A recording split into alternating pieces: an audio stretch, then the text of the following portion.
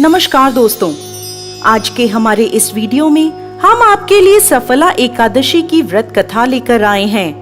एक समय की बात है जब महाराज युधिष्ठिर भगवान श्री कृष्ण से अत्यंत महत्वपूर्ण प्रश्न पूछते हैं। हे जनार्दन, पौष मास के कृष्ण पक्ष में कौन सी एकादशी आती है और किस प्रकार इसका पालन करना चाहिए? कृपा इस बारे में मुझे बताएं। युधिष्ठिर महाराज की बात सुनकर भगवान केशव बोले, हे धर्मराज, पौष मास के कृष्ण पक्ष में आने वाली एकादशी का नाम सफला एकादशी है। इस एकादशी के दिन भक्तों को भगवान नारायण के विग्रह की पूजा अर्चना करनी चाहिए।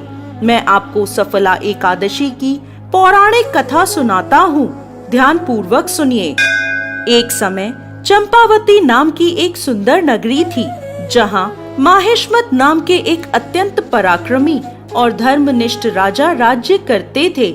उनके 4 पुत्र थे। राजा का सबसे ज्येष्ठ पुत्र लुम्पक सदैव पाप कर्मों में लिप्त रहता था। स्त्री दुराचार, जुआ खेलना, ब्राह्मण और शास्त्रों का अपमान करना, वैष्णवों की निंदा करना उसके लिए सामान्य कार्य थे। उनके इन पाप कर्मों का असर राज्य पर पड़ने लगा। एक दिन राजा माहिष्मत ने उसे अपने राज्य से निष्कासित कर दिया। लुम्पक राज्य के बाहर के एक जंगल में रहने लगा, लेकिन अभी भी उसकी पापमय प्रवृत्ति में कोई कमी नहीं आई। वो दिन में जंगल के प्राणियों का शिकार करता और उनके मांस का भक्षण करता था, और रात्रि के समय नगर में जाकर लूटपाट करता था।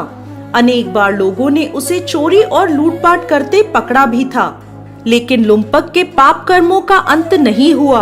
वो जंगल में एक अति प्राचीन विशाल भगवान श्री हरि के प्रिय पीपल के पेड़ के नीचे रहता था। इस प्रकार काफी समय बीत गया। आखिरकार उसके जीवन के परिवर्तन का समय आ ही गया। एक दिन संयोगवश पौष मास की ठंड के कारण वो सारी रात सो नहीं पाया। शीत लहरों से बचने के लिए उसके पास पर्याप्त वस्त्र नहीं थे।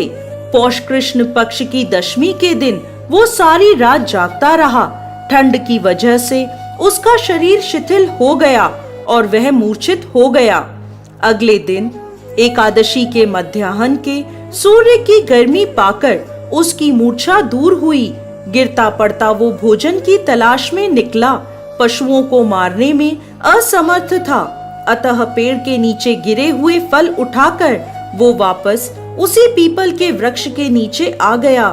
उस समय तक सूर्यास्त हो चुका था। इस असहाय स्थिति में अपने पूर्व जन्म के कर्मों के कारण उसने भगवान नारायण को याद किया और कहने लगा, हे प्रभु, मेरी क्या स्थिति हो गई है?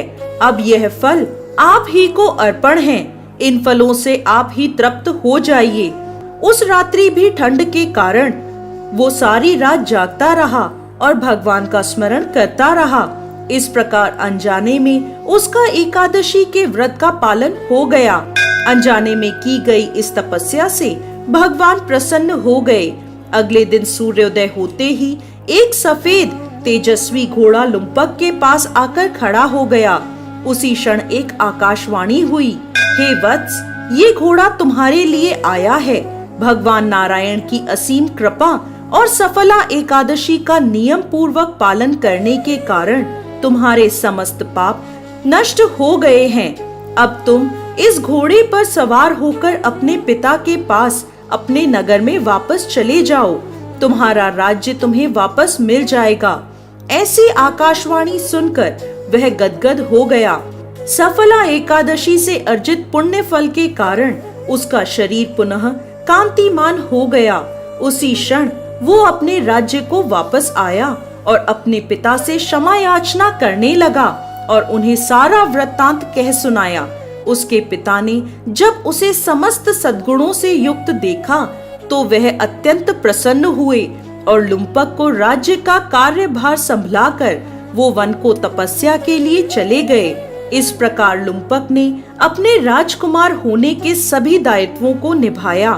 अपने पिता के पद चिन्हों का अनुसरण करते हुए वो अपने देह को त्यागने के बाद वैकुंठ लोक को प्राप्त हुआ। कथा समाप्त करते हुए भगवान श्री कृष्ण कहते हैं, हे राजन, जो व्यक्ति सफला एकादशी की इस कथा का श्रवण या पाठन करते हैं, उन्हें राजसूय यज्ञों का पुण्य फल प्राप्त होता है। उनके समस्त कष्ट नष्ट हो जाते हैं और अंत में वैकुंठ को वो प्राप्त करते हैं। जय श्री हरि विष्णु।